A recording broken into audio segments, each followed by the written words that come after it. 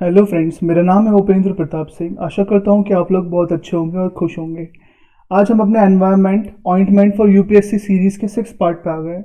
इससे पहले जो मैंने आपको 5 पार्ट करवाए हैं काफ़ी इंपॉर्टेंट है, उसमें टॉपिक काफ़ी अच्छे हैं। आप समझेंगे उसमें कॉप मीटिंग के बारे में भी आप समझेंगे। काफ़ी तरीके की कॉप मीटिंग्स होती हैं, अलग अलग UNFCCC की होती है, साइट्स की होती है। आज भी हम पढ़ेंगे वो कुछ कॉप मीटिंग के बारे में ही पढ़ेंगे। तो इससे पहले के जो टॉपिक है आप ज़रूर ध्यान दीजिएगा उसके बारे में। ऊपर आई बटन पर क्लिक करिएगा, आपको मिल जाएंगी डिटेलिंग उसके बारे में। आज जो हम टॉपिक पढ़ने वाले हैं वो ज़्यादा से ज़्यादा क्या रहेगा, एयर पोल्यूशन के बारे में बात रहेगी। तो हम समझेंगे एयर पोल्यूशन के बारे में, इससे रिलेटेड जो करंट है उसके बारे में हम समझेंगे। थोड़ा बहुत बेसिक है इसके बारे में, वो भी समझेंगे। ठीक है। अब जो करंट में चीज़ें हैं वो क्या है, दिल्ली एयर पोल्यूशन की बात हुई है यहाँ पर। दिल्ली का पोल्यूशन, एयर पोल्यूशन काफ़ी ज़्यादा है, तो उसके बारे में चीज़ें हुई हैं कि क्या क्या स्टेप्स ले सकती है सरकार, क्या क्या बातें हो रही हैं वहाँ पर, उसके बारे में समझेंगे। छोटे छोटे पॉइंट्स हैं, वो आपको प्री प्री बेसिस के लिए बहुत ज़रूरी है, प्री के लिए बहुत ज़रूरी है, आपको पता होना चाहिए। शुरू करते हैं। दिल्ली एयर पोल्यूशन क्या है, न्यूज़ में आया है, क्यों आया है? Recently there has been debate over the contribution of various source of air pollution in Delhi. Delhi में क्या डिबेट चली है कि काफ़ी सारे कंट्रीब्यूशन हो रहे हैं एयर पोल्यूशन के लिए, जो एयर पोल्यूशन बढ़ा रहे हैं। कौन कौन कारण है उसका, उसके बारे में देखेंगे। Step taken to control Delhi's air pollution. अब सरकार ने बहुत सारी चीज़ें करी हैं ऐसी कि वो अपने अपने स्टेट के एयर पोल्यूशन को कम कर सके। बहुत सारी चीज़ें करी हैं, जैसे कि Delhi became first city running on BS6 fuel. Delhi है ना, पहला पहला सिटी बनेगा ऐसा जो BS6 फ्यूल पर चलेगा इंडिया में। ठीक है। अब BS क्या है, BS के बारे में आप समझेंगे। साइड में देखिए, अब बॉक्स में मैंने ये अलग से दे रखा है इसलिए कि आपको समझ पाए। क्या होता है, जब आप जो इंसान कार चलाता है उन्हें पता होगा कि कार में आगे BS लेवल्स लगते हैं, BS4, 5, 6 फ्यूल के एक टैग लगता है आगे, जिससे कि आप होता है ना फ्यूल चेक करवाने जाते हैं, फ्यूल चेक होता है आपका, तो वो चेक करते हैं, उस पर लिखा होता है कि BS4 पे है या 6 पर है। तो BS6 पर चलेगा। इसके बारे में समझते हैं। साइड में क्या है, BS का मतलब होता है Bharat stage. Bharat stage emission standard, मतलब कि भारत स्टेज, भारत के हिसाब से जो भी एमिशन स्टैंडर्ड है, एमिशन माने जो एयर बाहर निकल रही है उसे हम एमिशन बोल रहे हैं, उसका क्या क्या स्टैंडर्ड है, किस हिसाब से काम करता है, तो BS6 के हिसाब से काम करेगी। The Bharat stage are emission standard instituted by the government of India. किसके द्वारा चलाई जाती है? सरकार के द्वारा, भारत की सरकार के द्वारा। To regulate the output of air pollutant from motor vehicles, जो क्या कर सके, मोटर व्हीकल से जो एयर पॉल्यूटेंट्स निकल रहे हैं, जो भी पॉल्यूशन क्रिएट करती है गैसेज, वो पॉल्यूटेंट्स कहलाती हैं। तो उन्हें ये क्या करेगा, रेगुलेट करेगा, चेक करेगा कि क्या अगर BS लेवल पर है तो कौन कौन सी एयर पॉल्यूशन हो रहा है, कौन कौन सी एयर पॉल्यूटेंट इन्वॉल्व है। The environment ministry is responsible for deciding the fuel standard in the country. जो हमारी एनवायरमेंट मिनिस्ट्री है वो रेस्पॉन्सिबल होती है, वो डिसाइड करती है कि किस स्टैंडर्ड पे कंट्री चलेगी। The central pollution control board CPCB implement these standard. जो CPCB है, कंट्रोल बोर्ड है जो सेंट्रल पॉल्यूशन का है, वो इम्प्लीमेंट करता है इस स्टैंडर्ड को। ठीक है। BS6 चलेगी जो अभी। The BS regulations are based on the European emission standard. ये बात आपको याद रखनी है, जो BS रेगुलेशन हमने अडॉप्ट करे हैं, ये कहाँ से अडॉप्ट करें? यूरोपियन एमिशन स्टैंडर्ड से। अब देखिए अंतर क्या होता है BS6 में, कि हम BS6 में क्यों आ रहे हैं, इससे पहले जो थी उसमें क्या कमियां थी। तो अब देखिए, the BS6 fuel, in BS6 fuel the volume of particulate matter 2.5 ranges from 20 to 40 microgram per cubic metre. ये कह रहे हैं BS6 में जो पर्टिकुलेट मैटर बाहर निकलेंगे, रिलीज होंगे, वो 20 से 40 माइक्रोग्राम पर क्यूबिक मीटर पर निकलेंगे। ठीक है। आपको ये पर्टिकुलेट मैटर के बारे में मैं पहले बता चुका हूँ, पहले वाली वीडियोस में आप जरूर देखिएगा क्या है। Where has in BS4, but BS fuel में क्या होता था, it is up to 120 microgram per cubic metre, मतलब कि पर क्यूबिक मीटर के हिसाब से 120 माइक्रोग्राम रिलीज करते थे पर्टिकुलेट मैटर। तो इसका मतलब जो 6 वाला जो है, BS6 फ्यूल वाला है, वो कम कम निकाल रहा है बाहर पर्टिकुलेट मैटर्स को, तो अच्छा हो गया ये। बट इस स्टैंडर्ड पे आने के लिए काफ़ी चेंजेस करने पड़ेंगे इंडिया में। काफ़ी मशीन्स को, मोटरसाइकिल्स को, मोटर व्हीकल्स में बहुत ज़्यादा चेंजेस करने पड़ेंगे। ठीक है। पहली बात तो ये होगी, ये उन्होंने स्टेप लिया, BS6 फ्यूल्स को हम चालू करवाएंगे। Okay. Delhi is scheduled to run hydrogen CNG gases पर चलती है। ठीक है। वहाँ पे बसेस भी चलती हैं, ऑटोज भी चलते हैं। अब वो किस पर चलने की कोशिश चलेंगे, मतलब उस पर जो काम चल रहा है वो क्या है, हाइड्रोजन CNG पर, जिसमें हाइड्रोजन का यूज़ करके, H2 का यूज़ करके फ्यूल बना के CNG के साथ उससे बसेस संचालित करी जाएंगी। ठीक है। HCNG is a blend of hydrogen and CNG। CNG gas जो होती है जिसमें कि बेंजीन्स वगैरह, इथीन वगैरह होता है, उसके साथ हाइड्रोजन को भी ब्लेंड करेंगे, ब्लेंड माने मिक्स करेंगे। Compare to conventional CNG, use of HCNG can reduce emission of carbon monoxide up to 70%। जो नॉर्मल वे में जो CNG यूज होती है कन्वेंशनल तरीके से, उसकी वजह जो HCNG यूज हो रही है, वो क्या करता है, वो 70% तक कार्बन मोनोऑक्साइड के एमिशन को रिड्यूस करता है। मतलब कि जो कार्बन मोनोऑक्साइड है, कार्बन मोनोऑक्साइड ज़्यादातर व्हीकल से कार्बन मोनोऑक्साइड ही निकलती है, जिसको हम CO बोलते हैं। सबसे खतरनाक है, काफ़ी खतरनाक है, चोक हो जाती है, सांसें लेने में बहुत तकलीफ होती है कार्बन मोनोऑक्साइड की वजह से। तो 70% तक इसका एमिशन को कम कर देगा। Besides enabling up to 5% saving in fuel, और उसके साथ साथ 5% तक फ्यूल की बचत भी होगी। तो अच्छी बात है, इन सब पे काम हो रहा है। आगे बढ़ते हैं। High level committee report. अब हाई लेवल कमेटी रिपोर्ट भी बनाई गई है, ये भी आपको याद रखनी है, ये काफ़ी इंपॉर्टेंट है।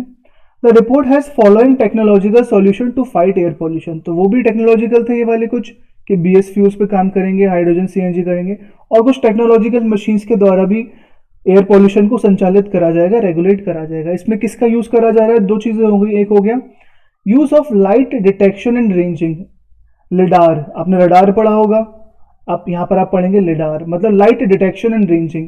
लाइट से क्या होगा, आप मतलब लाइट डिटेक्शन से क्या होगा, आप लाइट के द्वारा आप क्या कर सकते हैं, आप ये डिटेक्ट कर सकते हैं कि किस एरिया में कितना पॉल्यूशन है, तो लिडार का यूज करेंगे। प्लस वायरलेस सेंसर नेटवर्क का, VSN का इस्तेमाल करेंगे। वायरलेस सेंसर्स होते हैं, हर जगह वायरलेस सेंसर्स ही हैं, हमारे जो वाईफाई चलते हैं वो वायरलेस सेंसर्स पर ही चलते हैं, तो उसकी टेक्नोलॉजी का इस्तेमाल करेंगे फॉर बेटर पॉल्यूशन मॉनिटरिंग, जिससे कि वो पॉल्यूशन को मॉनिटर कर सकें, देख सके कहाँ पर कम है, कहाँ पर ज़्यादा है, कहाँ पर कैसे काम करना है। इसके बारे में थोड़ा और जान लेते हैं। Lidar is a high end application of laser based technology. कैसा है ये? लेजर बेस्ड टेक्नोलॉजी है, लेजर का इस्तेमाल करके ये टेक्नोलॉजी काम करेगी। जो कैसे करेगी, क्यों करेगी? फॉर मॉनिटरिंग पॉल्यूशन, पॉल्यूशन को मॉनिटर करने के लिए। The HLC high level committee has recommended that this technology may be adopted for vertical monitoring eight few place. ये कहाँ पर काम करेंगे? Vertical monitoring. वर्टिकल माने समझते हैं आप? सीधा सीधा। वर्टिकल हाइट माने सीधा, हॉरिजॉन्टल माने लेटा हुआ। तो वर्टिकली कहाँ पर? पहाड़ों पर, हाई एल्टीट्यूड्स पर, ऊंची जगहों पर ही काम करेगी लेजर टेक्नोलॉजी।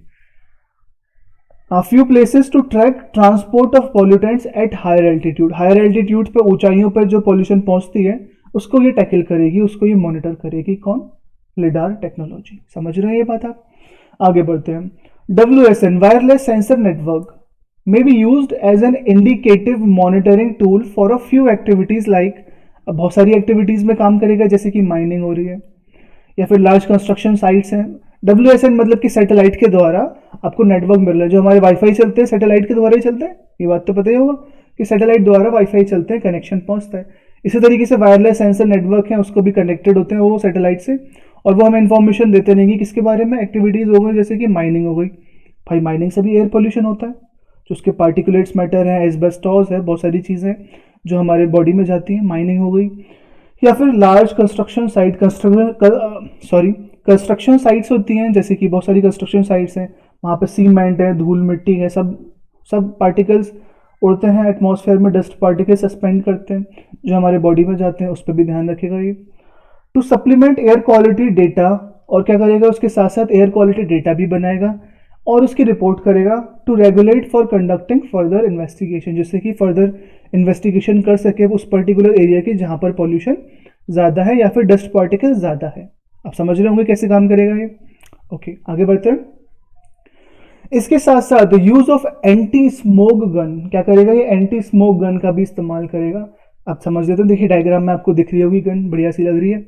अब देखते हैं। Anti smoke gun is a device that spray nebulised water droplets. Water droplets nebulise form मतलब चार्ज फॉर्म में, उन्हें हम हवा में उड़ाएंगे into the air through high pressure propellers. Propellers माने ये तोप की तरह ऊपर की तरह उड़ाएंगे पानी, which help particles to settle down. ये क्या करता है? इससे क्या फायदा होगा?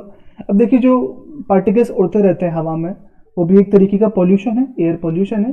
वो हमारे लंग्स में जाते हैं, बीमारी क्रिएट करते हैं। तो उन पार्टिकल्स को पानी की ड्रॉपलेट से, पानी की बरसात होगी एक तरीके से, उससे क्या करेंगे? वो सस्पेंडेड पार्टिकल्स हैं, वो नीचे सेटल हो जाएंगे, नीचे बैठ जाएंगे, तो हमारी बॉडी में नहीं जाएंगे। तो आप समझ रहे हैं एंटी स्मोक गन कैसे काम करेगी?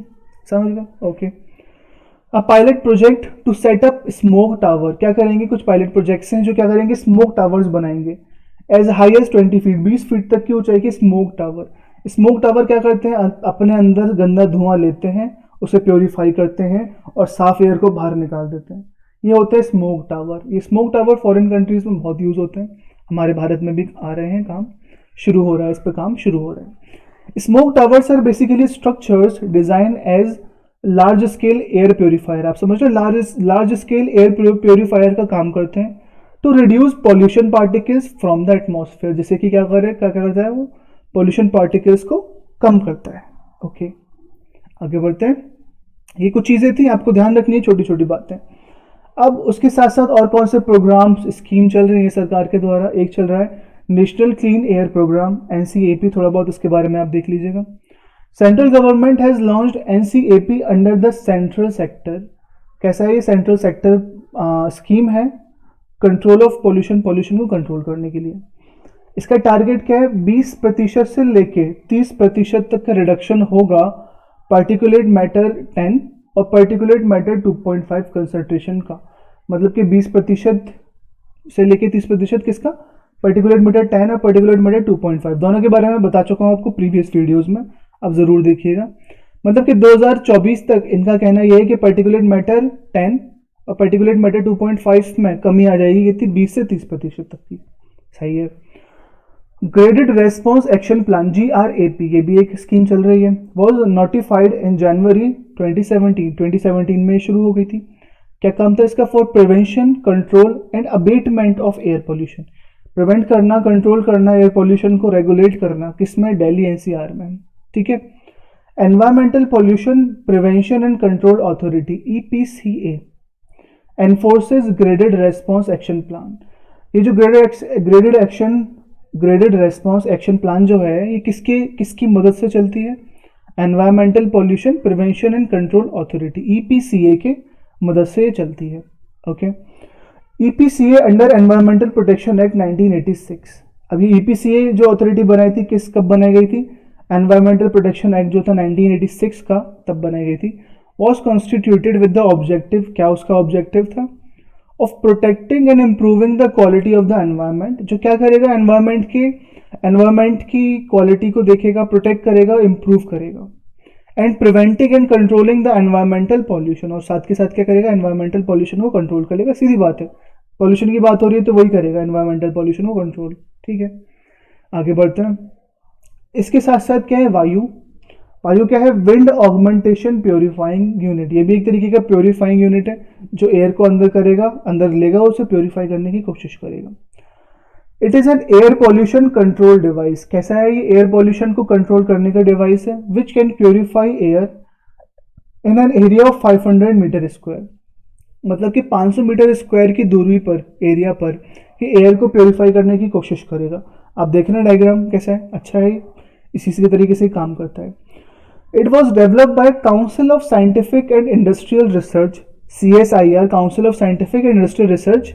उसके साथ साथ कौन है, national environmental engineering research institute, NEERI बहुत जगह यूज में आता है, बहुत ज़्यादा प्रोग्राम चल रहे हैं इसके, तो आप याद रखिएगा किसके द्वारा ये डेवलप करी गई थी। As a part of technology development project के द्वारा ये चीज़ बनाई गई थी, वायु। ठीक है। The device mainly work on two principle, wind generation for dilution of air pollutants and active pollutant removal. दो तरीके से, दो प्रिंसिपल पे काम करती है कि जो विंड जनरेट करती है, क्यों, एयर पॉल्यूटेंट को वो डाइल्यूट कर सके, हवा से अलग अलग कर सके, और एक्टिव पॉल्यूटेंट रिमूवर, उसके साथ साथ पॉल्यूशन को भी रिमूव कर सके। तो दो प्रिंसिपल पे काम करेगा। क्या नाम है इसका, वायु। तो आपको ये बात याद रखनी है। ओके, इतनी सी बात समझ गए क्या क्या सरकार के काम थे, वायु था, आगे और भी चीजें थी, वो आपको याद रखनी है। उसके बाद जो टॉपिक आता है एयर पोल्यूशन से ही रिलेटेड है, वो है ग्रीन क्रैकर्स। आपने क्रैकर्स बहुत चलाए होंगे, पटाखों पे, दिवाली पे बौखलाए गए होंगे आप, बिल्कुल ही, तो आपने बहुत ज़्यादा पटाखे चलाए होंगे। तो उस चीज़ को कम करने के लिए, क्योंकि पॉल्यूशन होता है, एयर पॉल्यूशन होता है, साउंड पॉल्यूशन होता है, बहुत सारी चीज़ें होती हैं, नॉइज पॉल्यूशन होता है, तो उसको कंट्रोल करने के लिए सरकार ने क्या निकाला, ग्रीन क्रैकर्स। अब समझते हैं इसके बारे में क्या है, न्यूज़ में क्यों था। In a bid to resolve the crisis of air pollution की क्राइसिस को रोकने के लिए council of scientific and industrial research CSIR, पहले ही पढ़ा था हमने, लेड बाय नागपुर बेस्ड, और उसके साथ साथ कौन, नागपुर बेस्ड जो डेवलपमेंट इंडस्ट्री है, क्या नाम है उसका, national environmental engineering research institute NEERI, developed green firecracker, जिन्होंने क्या करा है, फायर क्रैकर्स इजाद करे हैं। कैसे, उसका नाम क्या है, ग्रीन फायर क्रैकर्स। अब अंतर क्या है इसमें देख लेते हैं। The green crackers are named as safe water releaser, इसको और नाम दिया गया है, क्या नाम दिया गया है, सेफ वाटर रिलीजर, आप याद रखिएगा इसे। Safe thermite cracker, safe thermite cracker भी बोला गया है, star, and safe minimal aluminium, और उसके साथ साथ मिनिमल एल्यूमिनियम भी ये निकालता है, सफल। ये तीनों चीजें काम करता है। अब इसका क्या है, इसका अंतर क्या है, 30% reduction in particulate matter on an average using potassium nitrate as oxidant. 30% reduction करता है किसका, particulate matter, on an average using potassium nitrate as oxidant, और उसके साथ साथ पोटेशियम नाइट्रेट का इस्तेमाल करता है और एज अ ऑक्सीडेंट, ऑक्सीडेंट का काम करता है potassium nitrate. These crackers have the unique property of releasing water vapor air as a dust suppressant। इसका काम क्या है, ये क्या करता है, वही जैसे हमने पढ़ा था gun, smoke gun, anti smoke gun थी, तो क्या था, पानी के पार्टिकल्स को उड़ाया जाता है हवा में, जिससे क्या होता है, बाकी के जो गंदे एटमॉस्फेयर में पार्टिकल्स हैं वो नीचे बैठ जाते हैं। तो इसके साथ भी, फायर क्रैकर्स के साथ भी क्या करता है, रिलीज करता है वाटर वेपर्स को, जो क्या करते हैं, एज अ डस्ट सप्रेसेंट का काम करते हैं, डस्ट को नीचे रोकते हैं, सप्रेस करते हैं। सही है। इसका क्या होता है, डिफरेंस क्या है, ग्रीन लोगो दिया जाता है इन्हें, और क्विक रेस्पॉन्स के लिए QR कोड्स, आपने QR कोड्स होते हैं काफ़ी सारे, पेटीएम करा होगा, QR कोड्स होते हैं। इसके बारे में जिससे पता चल जाता है कि जो कन्वेंशनल यूज हो रहे हैं क्रैकर्स और जो ग्रीन क्रैकर्स है उनमें अंतर क्या है। ठीक है। Any kind of fire crackers are regulated by petroleum and explosive safety organisation, PESO. ये जो पैसो है, petroleum and explosive safety organisation, जो कोई भी फायर क्रैकर्स बन रहे हैं कोई किसी भी तरीके के, वो इसके अंदर ही जाके रेगुलेट होते हैं। मतलब यही इसे रेगुलेट करता है कि किस तरीके के फायर क्रैकर्स बनेंगे, वरना लोग तो फिर सीधे हैंड ग्रेनेड ही बनाना शुरू कर देंगे, है ना, कहेंगे जलाओ भाई बच्चों जलाओ। ठीक है, तो ये कंट्रोल करता है कि क्या करना है हमें, क्या नहीं करना है। It is a regulatory authority with autonomous status under department for the promotion of industry and internal trade. ये किसके अंदर रेगुलेट होती है चीजें, एक ऑटोनोमस स्टेटस है, ऑटोनोमस अथॉरिटी है, क्या नाम है उसका, department for the promotion of industry and internal trade under ministry of commerce and industry. सही है, कॉमर्स और इंडस्ट्री की जो मिनिस्ट्री है उसके अंदर ही काम करती है। अभी मिनिस्ट्री याद रखना कॉमर्स की है, ये एयर की नहीं है। कॉमर्स की क्यों, क्योंकि ये इसे क्रैकर्स को बनाना है, कितना रेगुलेट करना है, कितनी मात्रा में बनाना है, तो ये मिनिस्ट्री देखेगी कॉमर्स की। ओके, आगे बढ़ते हैं। ये छोटे छोटे टॉपिक्स थे जो मैंने उठाए थे, इससे पहले वाला बड़ा था, ये देखिए छोटा सा टॉपिक है, बट अब अगर एग्जाम में आ गया और थोड़ी बहुत चीज़ें जो आपको नहीं आई तो फिर आप धुआं दे जाओगे। आगे क्या है, ताज ट्रेपेजियम जोन, TTZ, ये भी है, अच्छा टॉपिक है।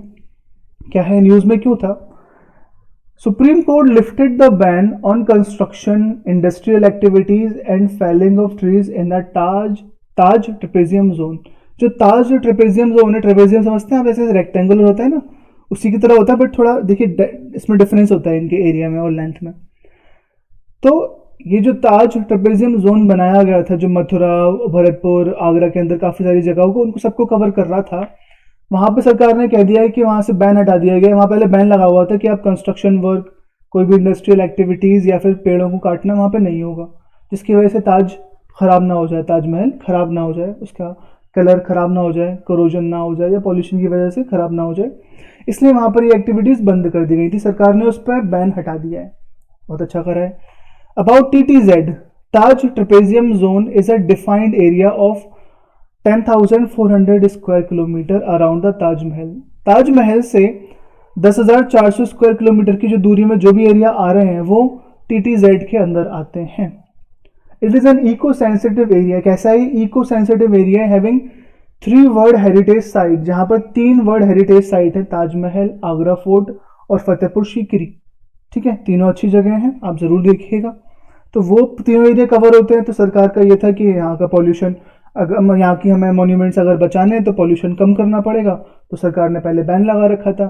बट वो ये ना कि डेवलपमेंट के नाम पे लोगों को एक्सटॉर्ट करना पड़ता है, लोगों को भाई चीज़ें ख़राब करनी ही है, पॉल्यूशन करना ही है, अपनी मनमानी करनी है, तो सुप्रीम कोर्ट भी साथ दे रही है, तो उसने भी बैन हटा दिया। चलिए, अच्छी बात है। It is spread over the district of Agra, Firozabad, Mathura, Hathras, एटा इन उत्तर प्रदेश। कहाँ पर, किस किस जगह पर फैला हुआ, ये आगरा हो गया, फिरोजाबाद हो गया, मथुरा हो गया, हाथरस हो गया, एटा हो गया उत्तर प्रदेश में, एंड भरतपुर डिस्ट्रिक्ट हो गया राजस्थान में। ये पूरा एरिया कवर करता है, तो उसको क्या नाम दिया गया, TTZ। याद रखिएगा, इसमें 3 टॉपिक मैंने आपको करवा दिए, आप याद रखिएगा इन्हें। देखिए आगे और जो टॉपिक आ रहे हैं वो थोड़े बहुत इंपॉर्टेंट कह सकते हैं उन्हें, प्रीलिम्स के बेसिस पर, ठीक है। अब देखिए बेसल कन्वेंशन के बारे में हम पढ़ेंगे, हम स्टॉकहोम कन्वेंशन के बारे में पढ़ेंगे, रॉटरडैम कन्वेंशन के बारे में पढ़ेंगे।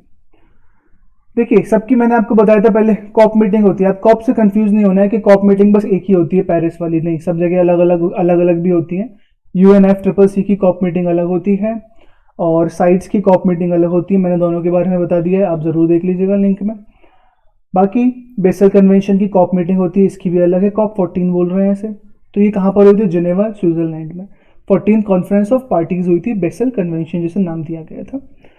Basal convention, control of transboundary movement of hazardous waste and their disposal. क्या काम था इसका, ये कंट्रोल कर रहा था transboundary movement. Transboundary movement मतलब एक स्टेट से या फिर एक सिटी से या फिर एक कंट्री से दूसरे कंट्री में हजार्डस वेस्ट है। हजार्डस वेस्ट ऐसे वेस्ट जो हानिकारक हैं, जिनका डिस्पोज करना बहुत ज़रूरी है, जैसे कि सोलर पैनल्स हो गए, रेडियो एक्टिव मटीरियल्स हो गए, बहुत सारी चीज़ें होती हैं वो हैजार्डस वेस्ट में आती हैं, और उसके डिस्पोजल, उस पर उन्होंने काम करा। उन्होंने कहा कि जो भी हैजार्डस वेस्ट है वो आप ऐसे ही कहीं भी डिस्पोज नहीं कर देंगे, तो उसके लिए बेसल कन्वेंशन हुआ था। ओपन फॉर सिग्नेचर ऑन 22 मार्च 1989। 1989 में सिग्नेचर हुआ था इसका। काम कब करना शुरू करा था, 5 मई 1998 को। पार्टीज कौन कौन है इसमें, 187 पार्टीज हैं, आप याद रखिएगा, छोटी छोटी बातें हैं। Haiti and the United state have signed the convention but not ratified. उन्होंने साइन तो कर लिया है बट इस पर कुछ रेटिफिकेशन नहीं करा है, मतलब कि वही पार्टिसिपेट नहीं करना चाहते।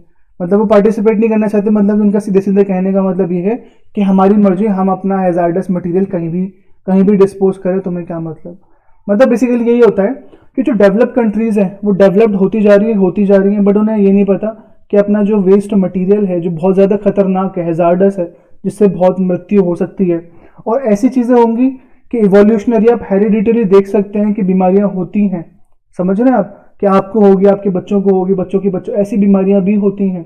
तो इन्हें डिस्पोज करना बहुत ज़रूरी है, बट ये कह रहे हैं कि नहीं, हम पार्टिसिपेट ही नहीं कर रहे इस कन्वेंशन में। क्यों, क्योंकि हमें पोल्यूशन करना है, तो ये चीज़ है। It is an international treaty that was designed to reduce the movement of hazardous waste between nation. वही इंटरनेशनल ट्रीटीज है जिसमें क्या करेगा, वो रिड्यूस करेगा हैजार्डस वेस्ट को एक नेशन से दूसरे नेशन में मूव कराना। मोस्ट इंपॉर्टेंटली कि जो डेवलप्ड स्टेट्स हैं, डेवलप्ड कंट्रीज हैं, वहाँ से हैजार्डस वेस्ट किसी भी लेस डेवलप्ड कंट्रीज में नहीं आना चाहिए। समझ, जैसे यूएसए का वेस्ट है तो वो इंडिया में नहीं आना चाहिए। आप समझ रहे हैं, जैसे आप कंप्यूटर्स वगैरह, फ़ोन, आईफोन्स और ये सब एंड्रॉयड मशीन्स, ये सब आप यूज़ करते हैं, चीज़ें आप यूज़ करते हैं, टेक्नोलॉजी आप यूज़ करते हैं। आपने 10 महीने यूज़ करा, आपने चीज़ें फेंक दी, आपके पास बहुत पैसा है भाई, तो आपने चीज़ें 2-3 महीने में हम चेंज करते हैं, बट आपको ये नहीं पता कि वो जो वेस्ट मटेरियल है वो कहाँ जाएगा। उसके अंदर जो इतने खतरनाक जो चिप्स वगैरह होती हैं, चीज़ें पड़ी होती हैं, वो डिस्पोज करना बहुत ज़रूरी है। वो कहाँ जाएगा, वो सब कहीं नहीं जाएगा, वो सब यहीं पर इकट्ठा हो जाएगा। इसी अर्थ पे रहना है, इसी पृथ्वी पे रहना है, आपके आसपास ही रहना है, उससे आप ही को ही नुकसान पहुंचेगा। तो तभी जो भी आप चीज़ें खरीदें तो उन्हें काफ़ी समय तक चलाएं, ज़्यादा शो ऑफ करने की ज़रूरत ना पड़े आपको, ठीक है। It does not address the movement of radio active wave. इसमें आपको ये बात याद रखनी है कि इस कन्वेंशन में रेडियो एक्टिव मटीरियल की बात नहीं करी गई थी। रेडियो एक्टिव मटीरियल वो मटीरियल होते हैं जो न्यूक्लियर पावर प्लांट्स में यूज़ करे जाते हैं, सही है। The convention is also intended to minimize the amount and toxicity of waste generated। ये क्या कर रहा था इसमें, और कन्वेंशन में क्या था कि जो वेस्ट मटेरियल है और टॉक्सिसिटी जो है उसके अमाउंट को भी मिनिमाइज करेगा। To ensure their environmentally sound management. Environmentally sound management हो, मतलब कि साउंड मैनेजमेंट माने अच्छा मैनेजमेंट। यहाँ पे साउंड का मतलब आवाज़ से नहीं है, साउंड का मतलब है अच्छी तरीके से मैनेजमेंट हो। And to assist LDCs, less developed countries को भी ये देखे कि वहाँ पे ज़्यादा पोल्यूशन ना हो, वो ज़्यादा हजार्डस मटेरियल वहाँ पे इकट्ठे ना हो। ये कहाँ पे बात होती है, बेसल कन्वेंशन में। देखिए waste covered by Basel convention, देखिए बहुत सारे वेस्ट है जो इसके अंदर आते हैं, जैसे कि ये हो गया क्लिनिकल वेस्ट हो गया, माइनिंग वेस्ट हो गया, इंडस्ट्रीज़ के अंदर जो वेस्ट बन रहे हैं, एग्रीकल्चरल वेस्ट हो गया, एस्बेस्टॉस हो गया, ई वेस्ट हो गया, शिप्स हो गई, ये सब की जो वेस्ट है वो सब इसके अंदर आते हैं। सही है, 1 मिनट होल्ड करिए, मैं पानी पी लेता हूँ, मेरा गला बैठ गया है।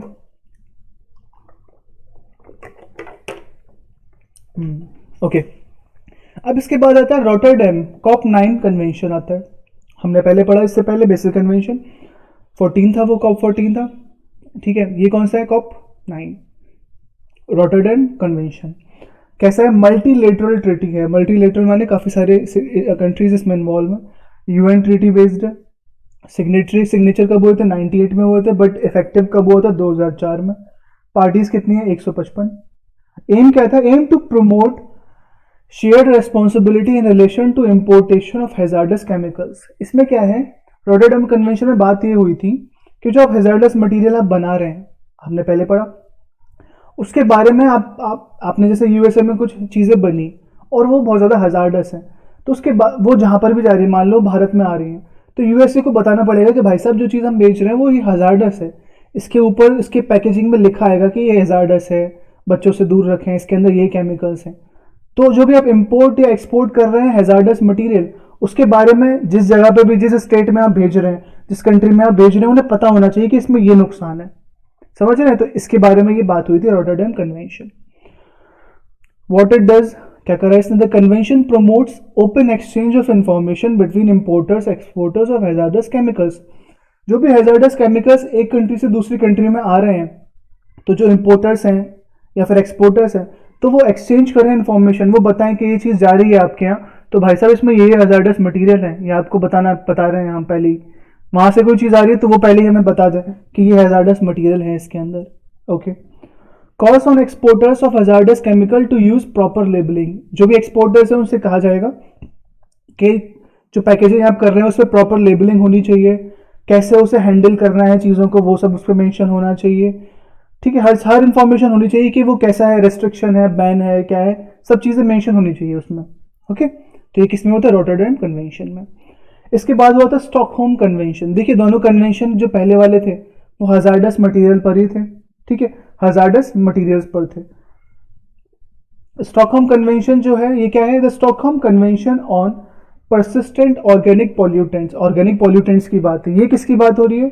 पॉल्यूटेंट्स की बात, ऑर्गेनिक पॉल्यूटेंट्स की बात। ठीक है, is a global treaty to protect human health and environment from highly dangerous long lasting chemicals. ये किसकी बात हो रही है? हाईली डेंजरस और long lasting chemicals by restricting and ultimately eliminating their production, use, trade, release and storage. जिसमें क्या होगा कि जो भी डेंजरस केमिकल्स हैं, जो लॉन्ग लास्टिंग केमिकल्स हैं, जो डिकम्पोज नहीं हो रहे हैं, तो उसकी प्रोडक्शन, उसके यूज़, उसका ट्रेड या फिर उसका रिलीज, उस पर ये एलिमिनेट करेंगे, उसे उस पर रोकथाम लगाएंगे, रेस्ट्रिक्शन लगाएंगे। समझ लीजिए पहली बात। अब इसमें क्या था, इन्होंने किस चीज़ों पर रोकथाम लगाई थी? The Stockholm convention POP COP decided to list, इन्होंने अपनी लिस्ट में डाइकोफॉल एक केमिकल है जिसको किस में मेंशन करा था? एनेक्स फर्स्ट में मेंशन करा था। एनेक्स ए में अगर किसी भी केमिकल को अगर हम डालते हैं तो उसको हमें एलिमिनेट करना पड़ेगा, मतलब उसका प्रोडक्शन हमें रोकना पड़ेगा। ठीक है, without any exemption.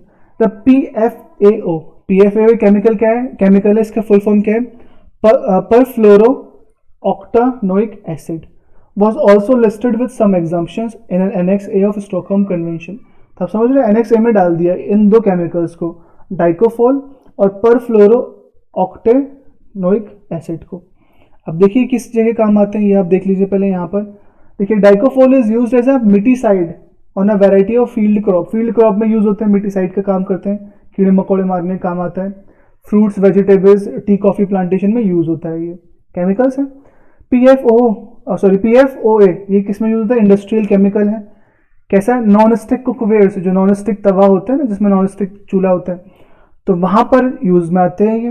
Food processing equipments हो गए, बहुत सारे फूड प्रोसेसिंग इक्विपमेंट्स होते हैं, या फिर सर्फेक्टेंट्स, जैसे कि टेक्सटाइल है, टेक्सटाइल मशीन से कपड़े हैं तो सर्फेक्टेंट्स लगाए जाते हैं जिससे कि चीज़ें खराब ना हो, आग ना पकड़े। कारपेट्स हो गए, पेपर हो गए, पेंट्स हो गए, उसमें यूज होता है ये। तो उसको बैन करने की बात कही गई है, बंद करने की बात कही गई है, क्योंकि ये खतरनाक है। तो आप समझ गए, आप स्टॉकहोम कन्वेंशन समझ के केमिकल की बात करेंगे, ये दोनों केमिकल का नाम याद रखिएगा। रॉटरडैम और उसमें आगे वाला जो बेसल वाला कन्वेंशन था उसमें किसकी बात करी गई है? हजार्डस वेस्ट प्रोडक्ट के डिस्पोजल की बात करी गई है। तो तीनों में कंफ्यूज नहीं होना है। इससे पहले जो टॉपिक पढ़ाए थे ग्रीन क्रैकर्स और एयर पोल्यूशन, जो मैंने आगे पढ़ाया था उस पर ध्यान रखना है आपको। ये क्या बताया था मैंने? देखिए इसके बाद जो चीज़ें हैं वो छोटी मोटी बेसिक हैं जो प्री में काम आते हैं, जो पीसीएस लेवल पर आते हैं। वन वर्ड जो आंसर्स होते हैं वो आपको पता होना चाहिए, समझ रहे? वन लाइनर जो होते हैं वो आपको पता होने चाहिए। जैसे कि एयर पोल्यूशन से रिलेटेड बहुत सारी बीमारियां हैं, जैसे कि यूकाची अस्थमा। यूकाची अस्थमा होता है सल्फर डाइऑक्साइड की वजह से।